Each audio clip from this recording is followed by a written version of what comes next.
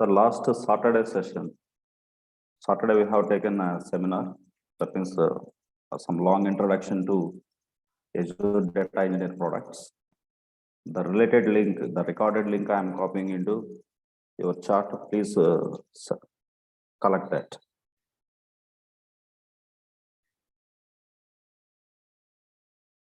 So when you click on that link, there is a passcode. If you enter that passcode, you can play that. So please confirm me whether it is working or working fine or not.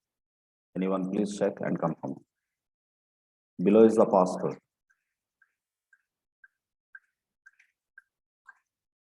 For classroom team, after completion of the class, I will give you that link.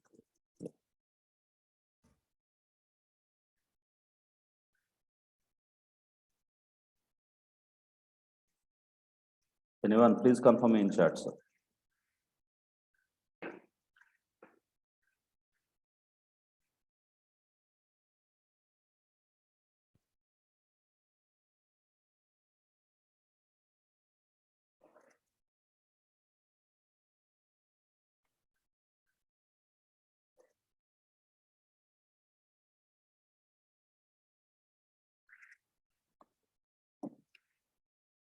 So waiting for your confirmation.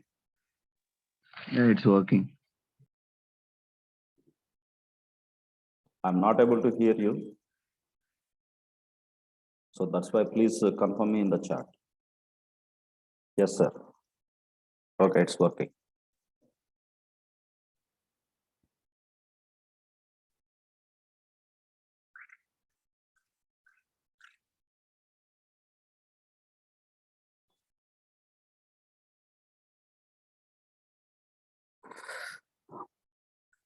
Okay, so let's come to the actual part of this one. So before going for that, to the next topic, a quick review of the last session. Especially in last session, we have discussed about Azure Data Engineer products.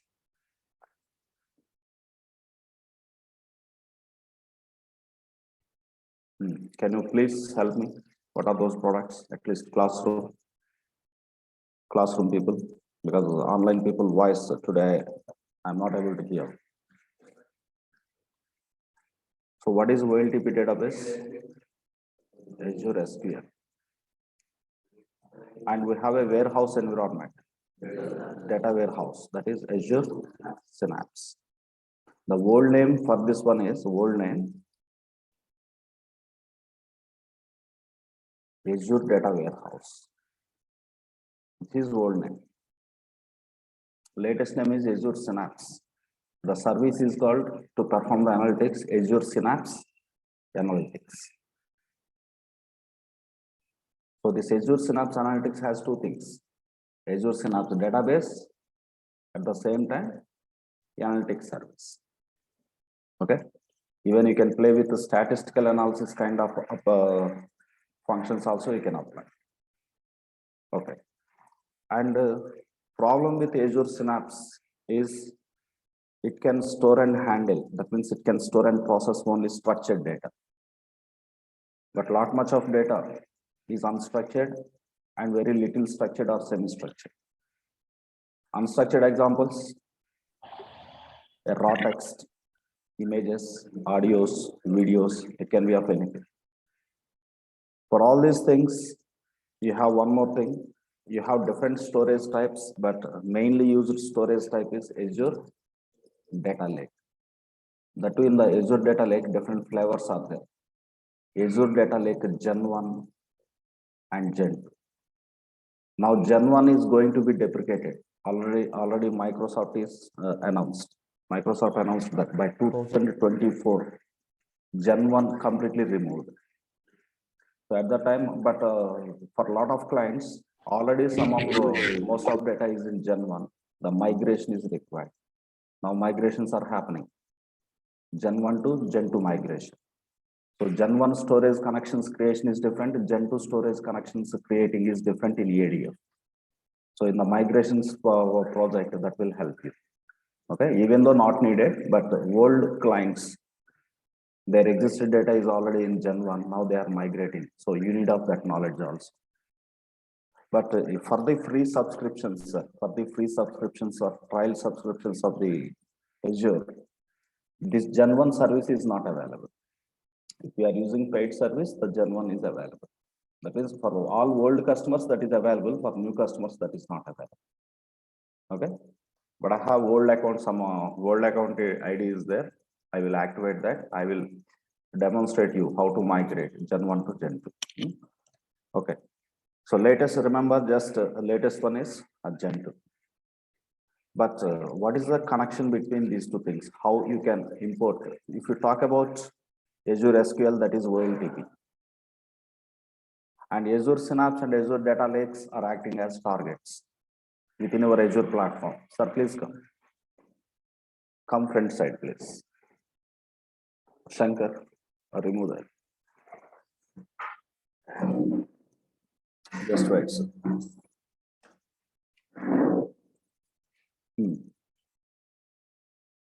Azure SQL is OLTP. Synapse and Data Lakes are targets. That means as target warehouse systems. So how you can connect with the source systems and how you can dump the data into the target systems by using the product called ADF, Azure Data Factory. So more technicals from tomorrow onwards, we'll start up with only ADF related concepts. Then we will discuss. Already in the last session, we have taken overview of each and every product. And there are some big volumes of data. If you perform transformations by using ADF, the process will be on big volumes of data, on multi terabytes of data, the process will become slow. It may take hours or days times also in some times. At the time, to make that data process, to reduce the processing time, you have another separate weapon, which is Azure Databricks. What is Azure Databricks simply? Is a Spark cluster. Okay, so you can say Spark environment. So Spark is an execution engine which can process data very faster. Databricks is a provisioning cluster for the Spark.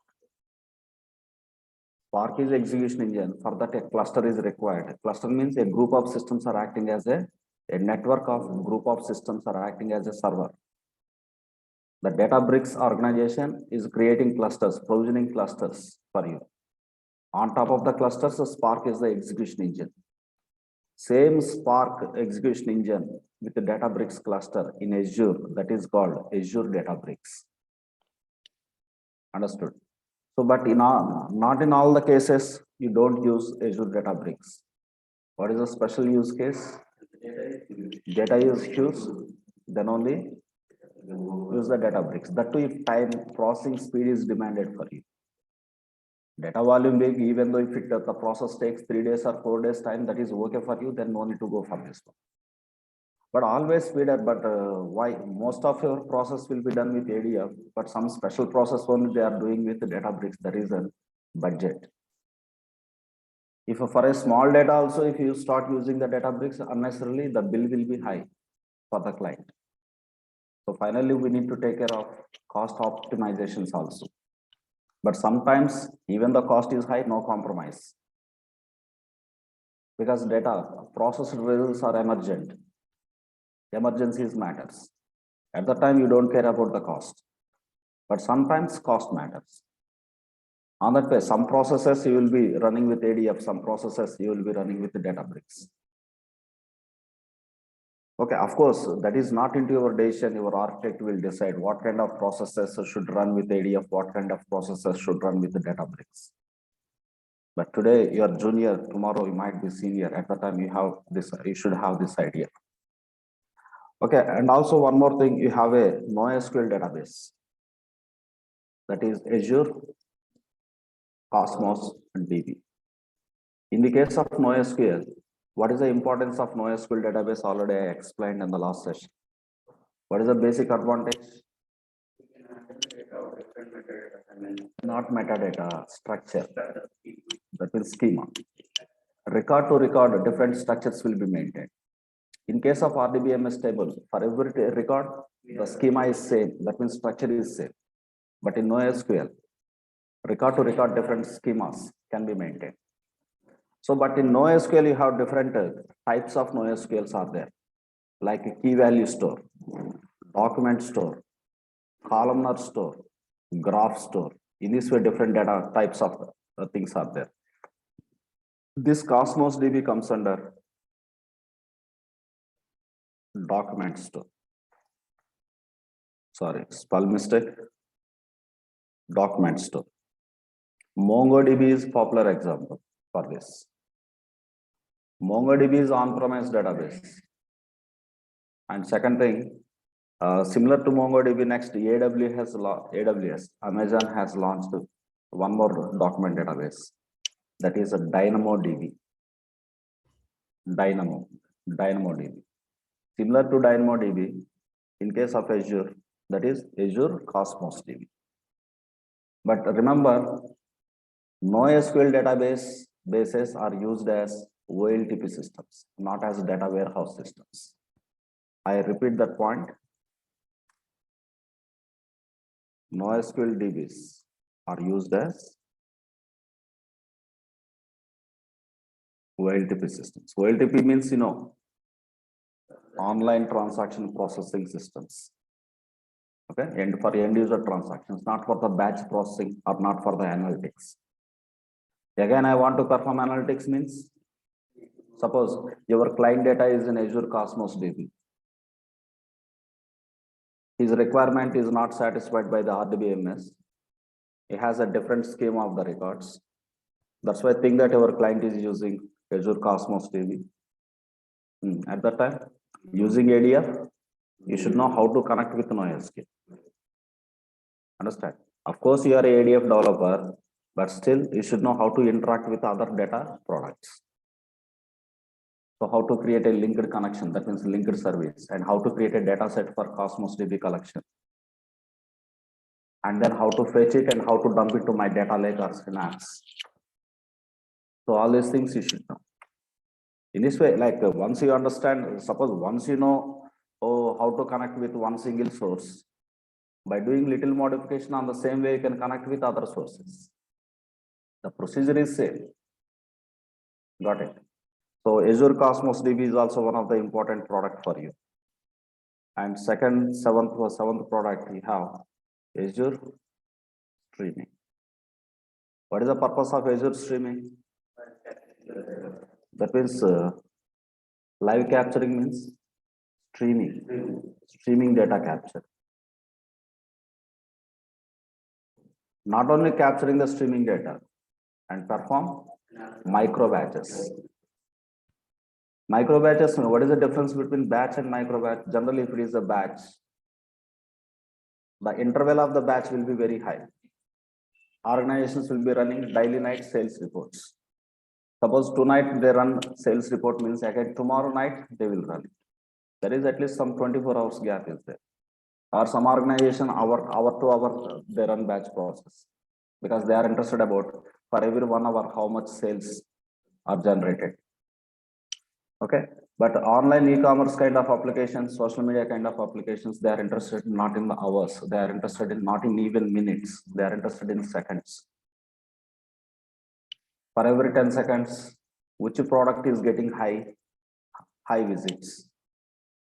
So such kind of analysis they require. If the batch interval requirement is that much teeny, that much small, if you are working as a traditional ETL developer, extracting data and then running your jobs in our warehouse system, that won't work out. As streams are producing, immediately the stream should be captured. And there you will set one time interval, maybe 10 seconds or maybe 20 seconds. For every 20 seconds, automatically your analytics jobs will be processing. That means the final estimation expected thing here from this product is with how much speed the streams data is produced. On the same speed that should be captured, and for every given interval of time, for every 10 seconds, the data should be processed. Okay, so that is what, and let me complete this statement. Streaming data capture and perform micro batch analytics.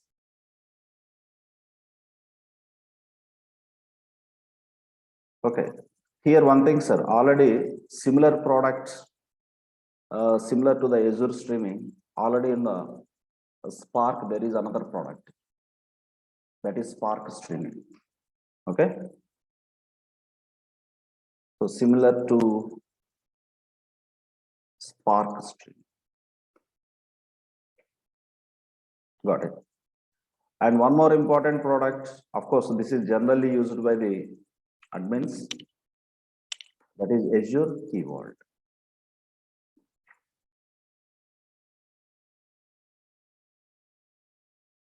This is to store and access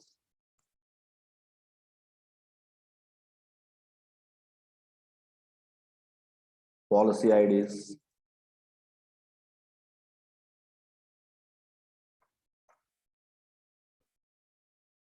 secret keys, and remaining keys like public keys and private keys, user IDs and passwords, all these things that you can manage into the Key Vault. See, sir, all these products are in Azure, but for every, suppose I create an account for Azure SQL, I create an account for Azure Synapse. The keys for Azure SQL is different, the keys for Azure Synapse is different. That too, within the Azure SQL multi-databases I will be running. Again, for each database, the keys are different. Got it. So within a single user, within a single application, he is going to use hundreds of keys. Generally, after completion of the session, I used to forget my Zoom user ID and password. If such kind of accounts are 100 for me, definitely I will forget. So without worrying about all these things, simply this application will be managing all these things. Okay, later once we step into the activities, we will be involving into the practical role of all these things. So these are the 8 mostly used products in the Azure data engineering. Okay, this is what the major agenda of last Saturday class. Okay, on Saturday, but we elaborated the discussion. That's it. Already I shared you that recording of Saturday session in the chat. Okay, so for classroom team, after completion of this session, I will give you. And one more thing, sir, here. Before step into the actual ADF, in the industry, you are going to be designated as data engineer. That might be Azure data engineer or on-premise data engineer or AWS data engineer. Or even Google also started a data engineer products. Their products also amazing. That is Google data engineer products. Okay. So what are the data engineer responsibilities and the required skills for him?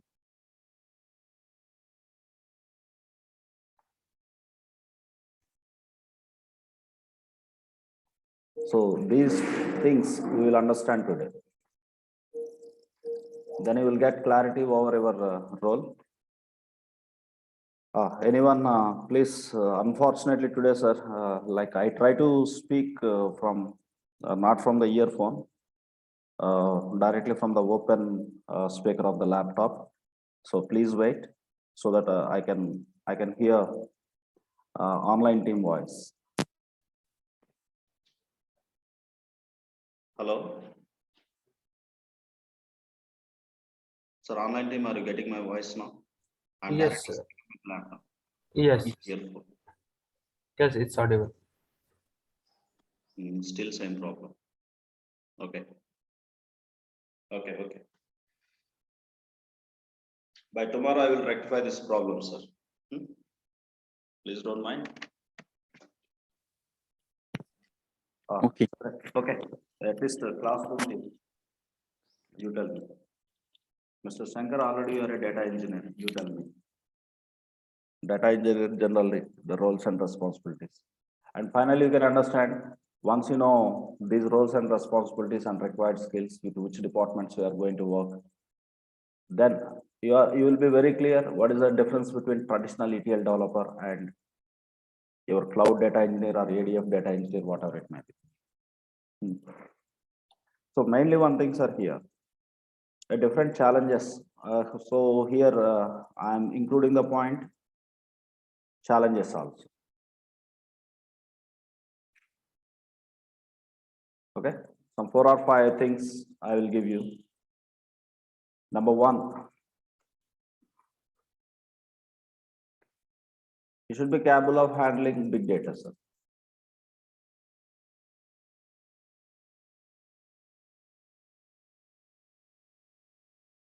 Here, big data means big volumes of data.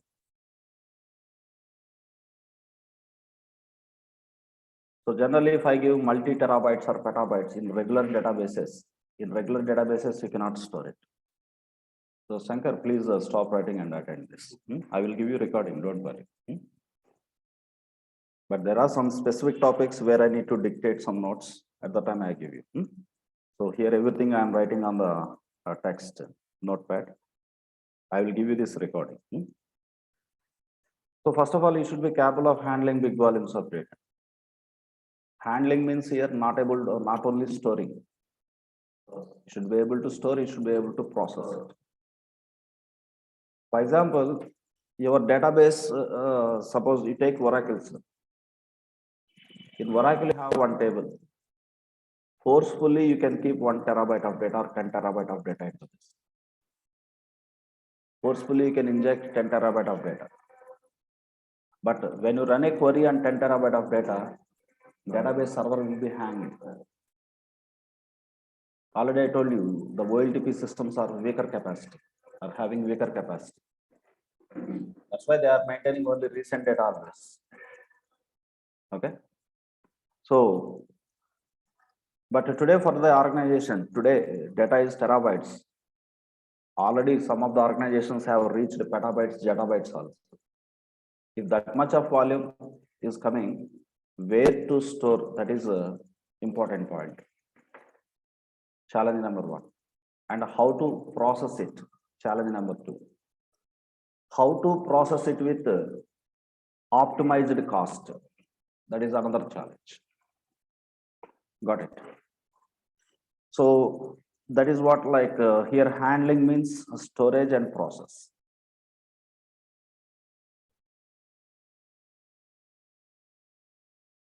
Process big volumes of data. This is one thing. And second required challenge here, capable of processing any variety of data. Any variety of the data. Okay, capable of processing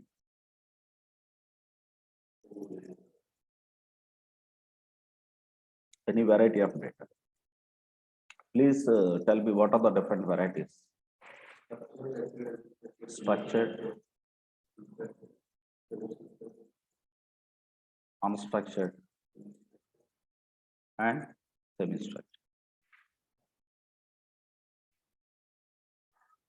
Whatever the data variety may be, you should be able to process it.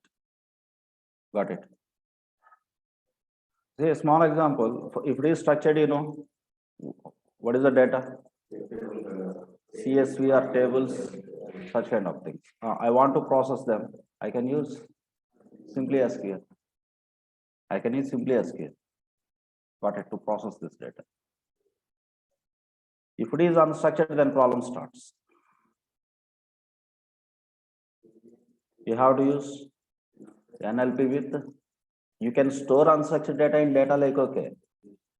But by using select queries, how you will process? Understand? By using select queries, you cannot process them. So to process with, there are special techniques here, NLP with ML models. ML means here, machine learning models.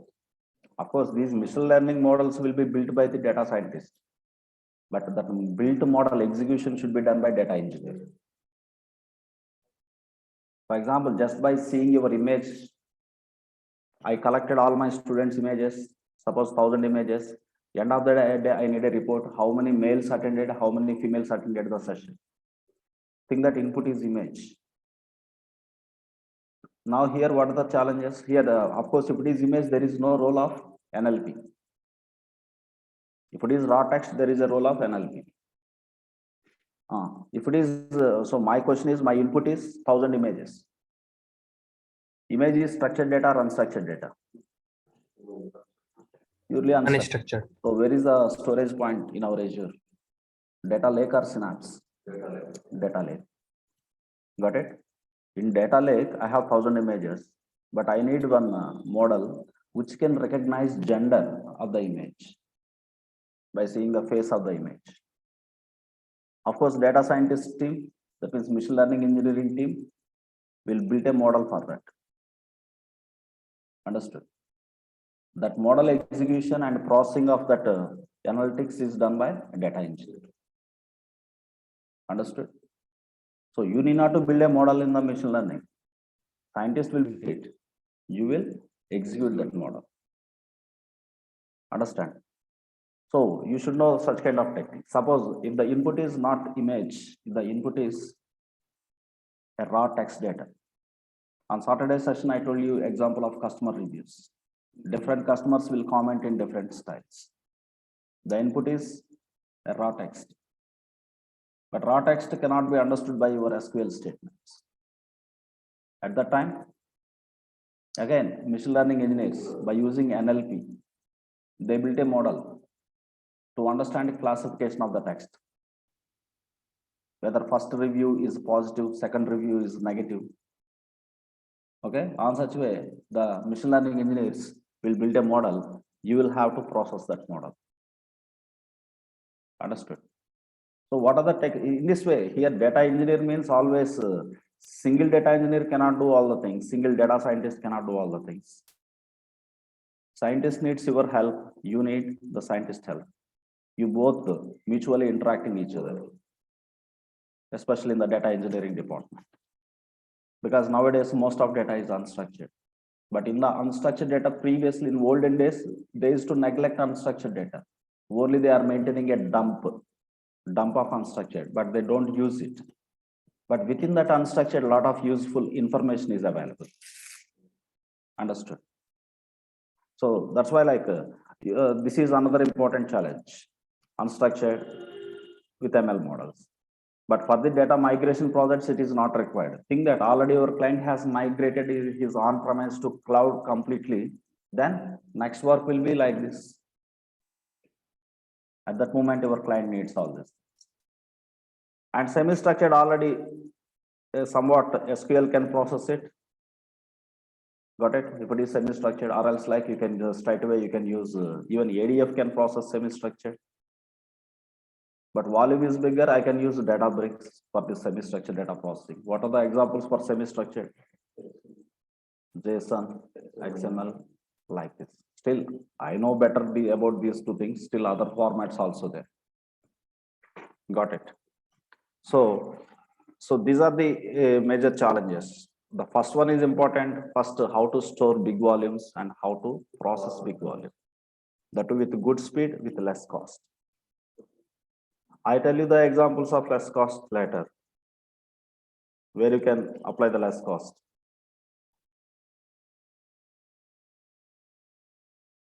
And capable of processing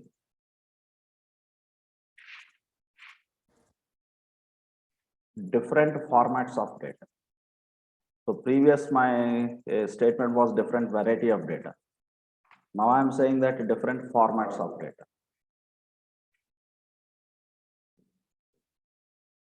Okay. What are the examples of different formats of the data? No, that is plain text. Already generally plain text, there is no question of, there is no challenge if it is. There are sequence files. So what are these files in later coming discussions you will be seeing, sir? Sequence files. And there are ROC files. And nowadays there are Parquet files. Most of our data is coming into nowadays, most of our data is coming into Parquet formats.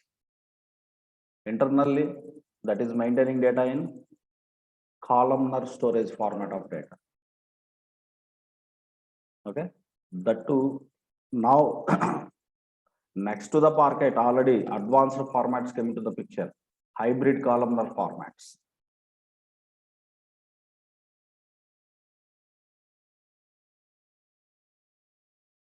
Parquet is just a columnar format. Next level files, HC files, hybrid columnar formats. Even data scientists are using HD5 format, HD7 format, such kind of formats they will be using. Got it. What is the basic advantage? I am not going into, so for now, I am not going into internals. Majority of your work will be with the Parquet files, sir, being a data engineer, remember. Whether it is on-premise data engineer or cloud data engineer, you will be working with the Parquet files mostly. Okay, one scenario I will tell you. What is the basic advantage of Parquet if I use Parquet files?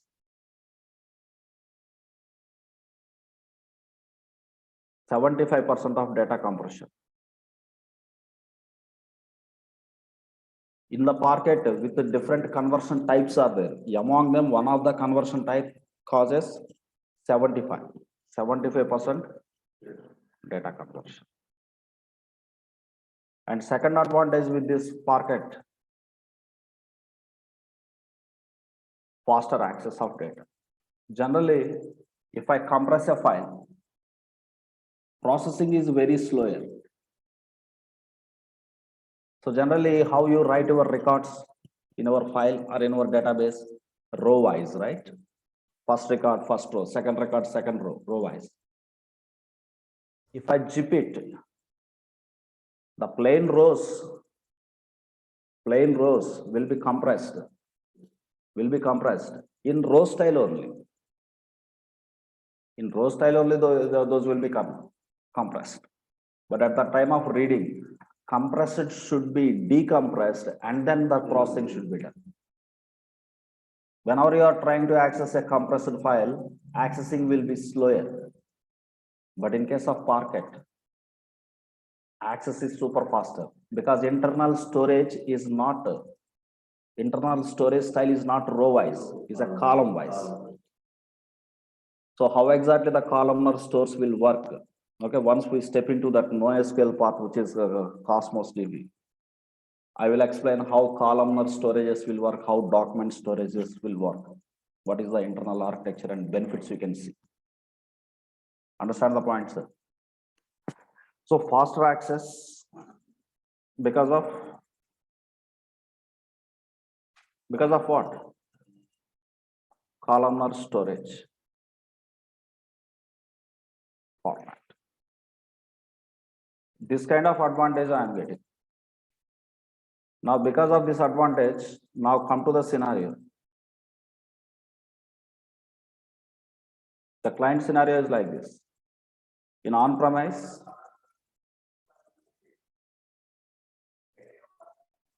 10 TB file is there.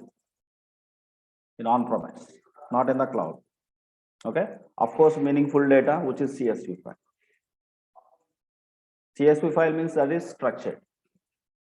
Now the task is like this.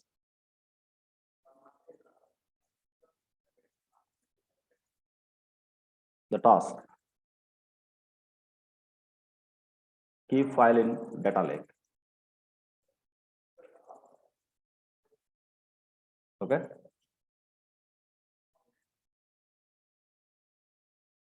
Process and store transformed data.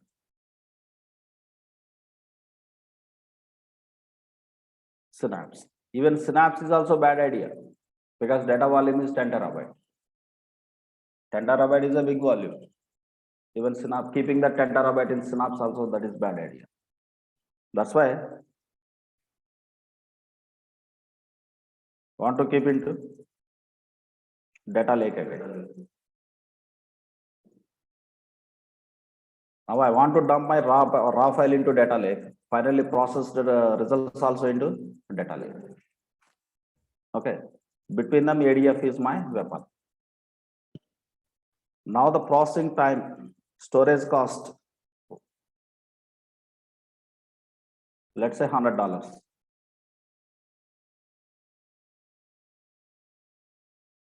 Processing execution cost, let's say $100.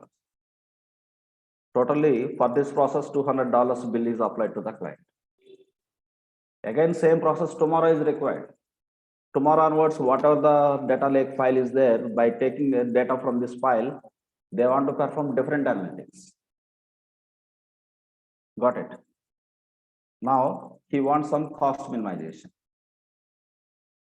Now, in what way, what is our thinking style to minimize this cost? 10 TB. If I convert into Parquet, what is the conversion? 75% conversion I am getting. Now my 10 TB is converted into what? 2.5, right?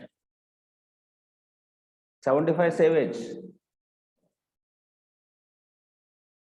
Suppose think that Azure is charging $10 for the 1 TB. For 10 TB, $100 is the cost. Now, if I convert that at the time of loading into data lake only, if my ADF could able to convert that into Parquet, what is my storage cost then? 2.5, only $25. Got it? To process 10 terabyte of data, I got 100 minutes time. But to process 2.5 TB data, I get only 25 minutes time, right? That to internal format is a columnar format. This 25 minutes will become 10 minutes, right? Because of 10 minutes processing, my bill will be not $100. Processing bill is not $100, only $10, right?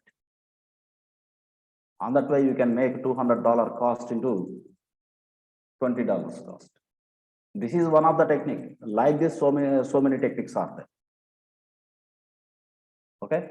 So being a senior data engineer, you should concentrate on cost optimizations also. In how many ways that you can process this data, which is the better optimized way. But I repeat the word, in some situations, cost not matters.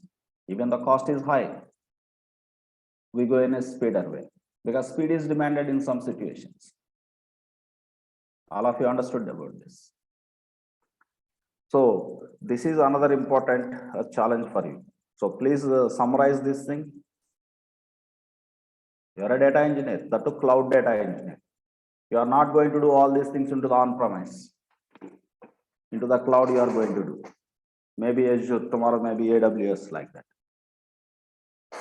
So should be able to capable of storage of big volumes of data and also able to process them. Some processes I do with ADF, some processes I do with Databricks. Got it. And second thing, different varieties of data processing, storage and processing. And you will be getting different formats of files. Parquet file, processing style is different. ROC file, processing style is different. Of course, ROC sequence files, all these things almost outdated. Now, especially in Azure and in on-premise or in other clouds, most of your big volumes of files generally will be converted into Parquets. But nowadays, other formats came into the picture, that is hybrid columnar formats. So in the case of Parquet files, only column partitioning will be applied, sir. In the case of hybrid columnar, row partitioning, column partitioning, again, row column partitioning, hash mapping. Such kind of special techniques will be applied. More faster than the columnar formats. That means more faster than the Parquet files. Maybe tomorrow you might have to work with that. The future data engineer will be working with that. Got it. Already Snowflake kind of modern data warehouses have implemented hybrid columnar formats of storages internally. Got it. Definitely Azure has to adopt it. AWS has to adopt it because of its advantages and its local competition. Got it. Yeah. So these are the third important things, and fourth one.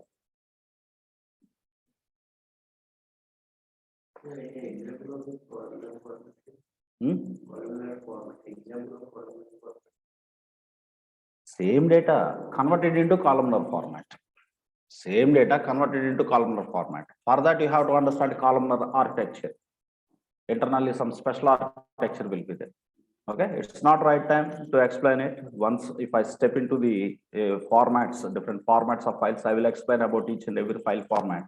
What are the plus and minus points under each format? Okay, till then just have idea the columnar formats are very fast to access when compared with row formats. That too with the Parquet compression, I'm getting two advantages. What are those two advantages? With 75% of data compression, so that storage cost will be reduced for me. That is super faster. So processing cost will also be reduced. Got it? Okay. Next number fourth product here. That's not it. The fourth important skill should be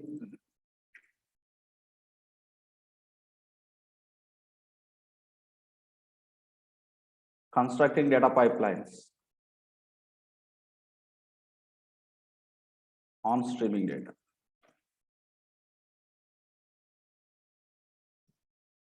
And perform tiny micro batches.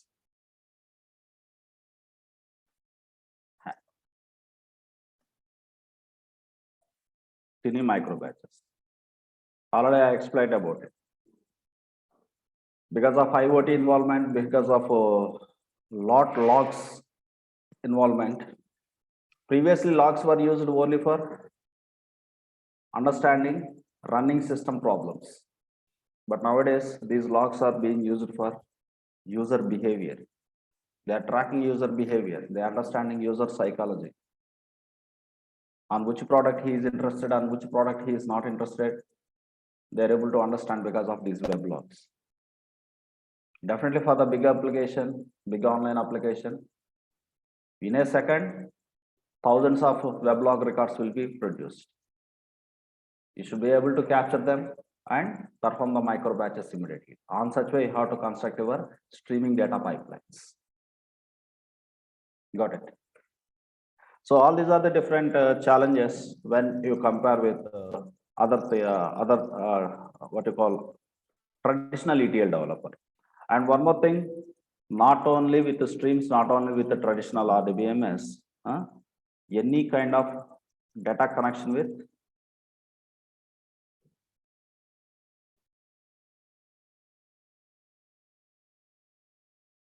what you call any kind of means any kind of databases, what I wanted to say, any kind of databases. Generally, you are working with RDBMS or else normal files. Of course, file is not a database. Okay. Now, NoSQL databases are there. That to one single NoSQL cannot solve all the problems. For different purposes, different type of NoSQL organizations are using. Got it. For example, a Facebook sign up stored in key value store. Immediately user ID password tracked into. So first, when I sign up into Facebook, my sign up will be stored into document, maybe MongoDB. Immediately my user ID password will be tracked to key value. If I do some search in the Facebook, the search results will be coming from columnar storage databases. If I add a friend, a connection is created. Again, that friend is adding another friend. In this way, one friend is a direct connection to me, another friend is indirect connection to me. These connections are called graphs. The two graphs are two types, one-way graph, two-way graph. A small example for one-way graph or two-way graph means, just I'm giving overview of all these things because all this knowledge is important. For example, I am your teacher, sir. I am your teacher. You are my student. From I to you, what is the relationship? I to you. Arey man, for me, who are you? Student. That is the relationship. For you, who am I? Not student, right? Huh? That means a teacher. For me, you are student. For you, I am teacher. Now, it's a one way or two way? No, man, one way. One way, and Two-way it's means- master-child relation. Okay. I repeat this. Don't confuse. I to you, what is the relationship? One way, Teacher, right? yes. You to me. I to you, student. I to you, Many, student. many. You to me, The second is many. Many to one. that is teacher. Okay. Ravi, Rani, friends. Now tell me, Ravi to Rani, what is the relationship? Friend. Rani to Ravi, friend. This is two-way. Understood? This is two-way. One way means from I to you. For example, Giri is father of Krishna. Giri to Krishna, what is the relationship? Son. Krishna to Giri, not son, right? It's a father. It's one way. It's one way. In this way, tomorrow, being a data engineer, your data is not like simple. How previously you have seen the structure. In this way, two-way connections, one-way connections will be there. Such kind of connections are simply called as a graph. For that graph databases industry is using. Got it? For usage point of view, that columnar storages will be helpful. To maintain the different schemas, document storages will be helpful. To maintain all my applications, because one organization is using hundreds of applications. Only my small organization is using 2 or 3 applications, but biggest of organization is using hundreds or even thousands of applications. For each application, how many keys? Got it? All these keys will be maintained at key value stores. Understood the point, sir? But their commercial data will always be into their enterprise data will always structured, right?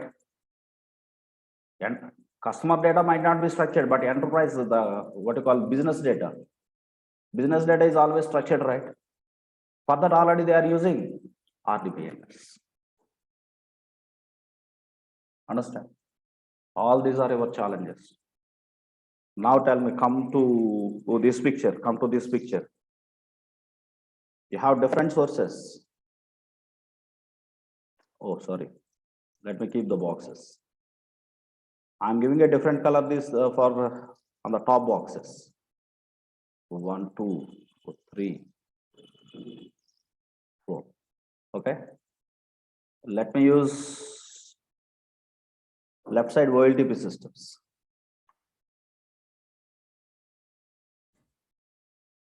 And let's go with some. It's all the things like that. Okay.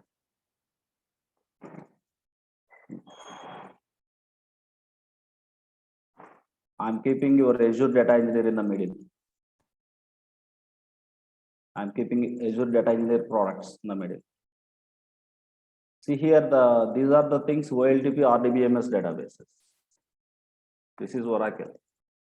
For other application, DB2. For other different application, SQL Server. Okay. And on top, these are also OLTP systems, but this is MongoDB, which is document database. Got it? This is Cassandra, which is columnar storage database. And this is what I call graph database, which is Neo4j. Neo4j, which is graph database. This is key value database, maybe Azure Key Vault or something, which is key value database. In the bottom, there are streaming sources for you. IoT enabled sensors. That is one input for you. And next, these are the logs, the 2 web logs. You want to understand the customer behavior, customer navigational patterns. These streams are important. Got it. Now you are a data engineer. First, initially, your target is data ingestion. Traditional ETL developer is working with generally with the flat files or with relational database management systems. But today the data engineer, that means a little extension to the ETL. Basically ETL, what you are performing is ETL in the style of ELT or ETL, whatever it may be, ETL only. But on top of that ETL roles, you are going to perform additional roles and you are going to acquire additional skill sets. What other things you are going to work here? What other things you are going to work here? You should be able to connect with RDBMS sources, NoSQL, that two different types of NoSQL database sources, the two different streams and everything. Finally extracting and dumping into your data lake and then do process. Final processed data you are keeping into Synapse. Again, where you are keeping your processed data, that is different. Sir. To whom you are going to make available of this processed data, that is important. For example, so for this question, I am going to give small clarity.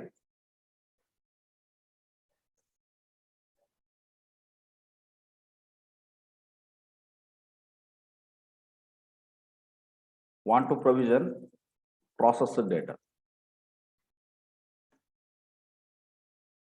to BIT. BIT means visualization team. Let's say visual. Within the BI, different teams will be there. That's why I'm talking about visualization team.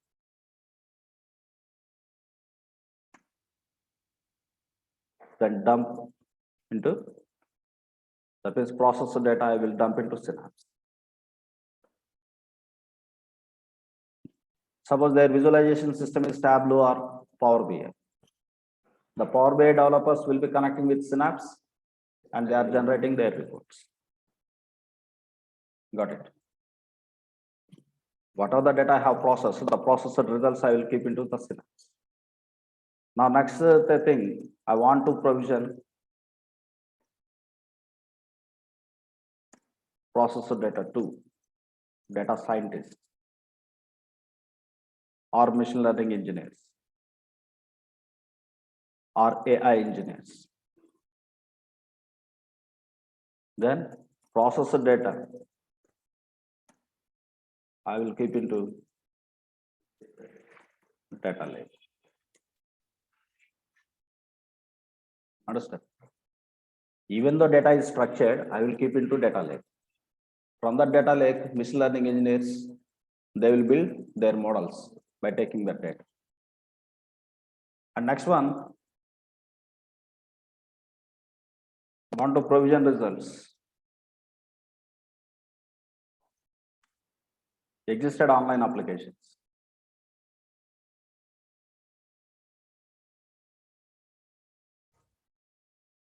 That will be with big volumes. What are the data I have processed? This processed data should be taken by online applications. I don't want to give to BI team or data science team. Directly applications should take it. In this case, I will dump into a NoSQL database, which is Cosmos DB. Why Cosmos DB means the result of process one, the structure is different. The result of process two, structure is different. Got it. Or else if there is any specific reason, my target online application is using only Oracle database, I will dump into Oracle. First, as an initial shot, I will keep into Cosmos DB. From that, applications, they will take from Cosmos and they will dump into their Oracle. Other different application will take from Cosmos and dump into its own database. Understood all of you? In this way, different.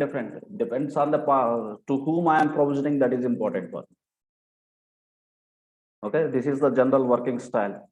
I hope all of you understood a difference between regular ETL and this data engineering. Same responsibilities for on-premise data engineer also. But on-premise data engineer challenges, because he needs to work with physical clusters. Understand? So separate admin team, network team, a lot other team. Additionally, organizations have to maintain. In case of Azure also you require them, but very less team is enough. So this is what our Saturday session, the Saturday session by extension is today's session. On Saturday, we discussed about what are the different products in Azure Data Engineering and what each product is doing. Today, the data engineer responsibilities and required skills for him. This is what simply the full stack of a data engineer. But immediately you cannot become full stack. First, step by step. Part 1, ADF engineer. Of course, designated as data engineer. First initially ADF. Next level, migrate to next levels. But already I told you, you need not to invest for second part of the course. I provide you the recordings of those things. Okay. So who wants this today's recording session and so yesterday's recording session? Please share your numbers into the chat, sir.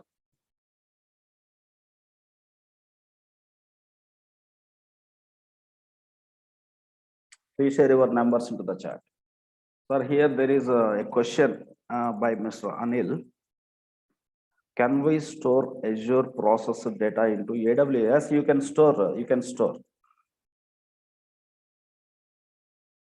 At the same time, some of the existed input might be at the AWS S3 bucket only. At the time, you have to make AWS S3 bucket as input source. Sir, Saturday session already I shared you into a chat. So all of you share it. If anybody missed it, I will share Saturday session and today's session by afternoon.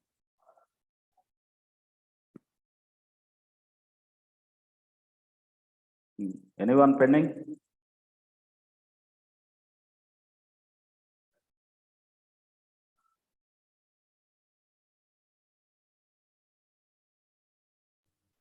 No.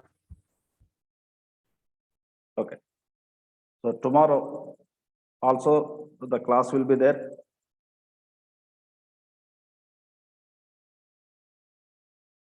So I did not share with Google Drive. I did not share with Google Drive. Just straight away I have given a Zoom link, a Zoom recorded link. Come on, sir, please make it fast. I'm going to close the session.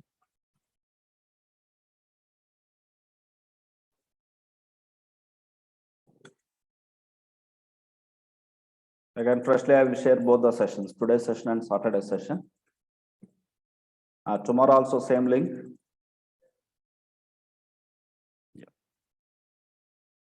Tomorrow actual ADF, we are entering into actual ADF, sir. So what are the concepts of ADF, how it works, we'll see from there. We start learning from basics onwards. The last two sessions, today and Saturday session, is about high level overview of data engineering. Tomorrow we are going to enter into our actual subject, which is ADF. Okay. Yeah. All of you, thank you very much for attending. Tomorrow, same link. Thank you. Thanks, Thank you. everyone.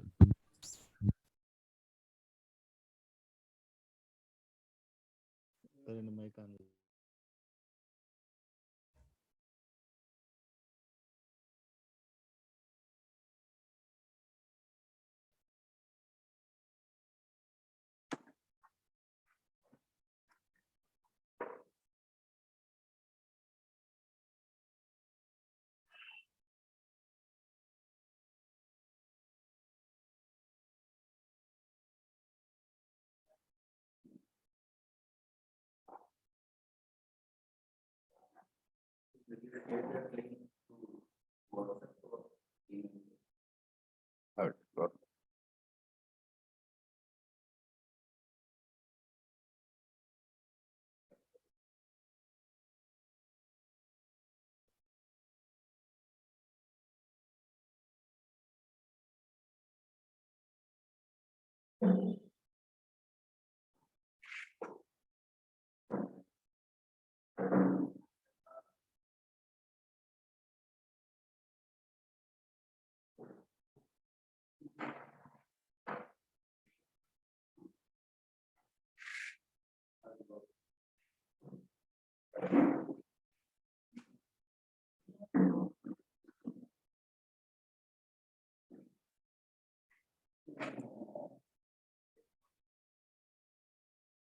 Okay, sir, let's meet. Hmm? So please give me your email IDs on the paper. I will share you that recording for class. Hmm? Online team, for online team, I will share in the, at least give me your WhatsApp numbers and also your email IDs. I will share to that. Huh?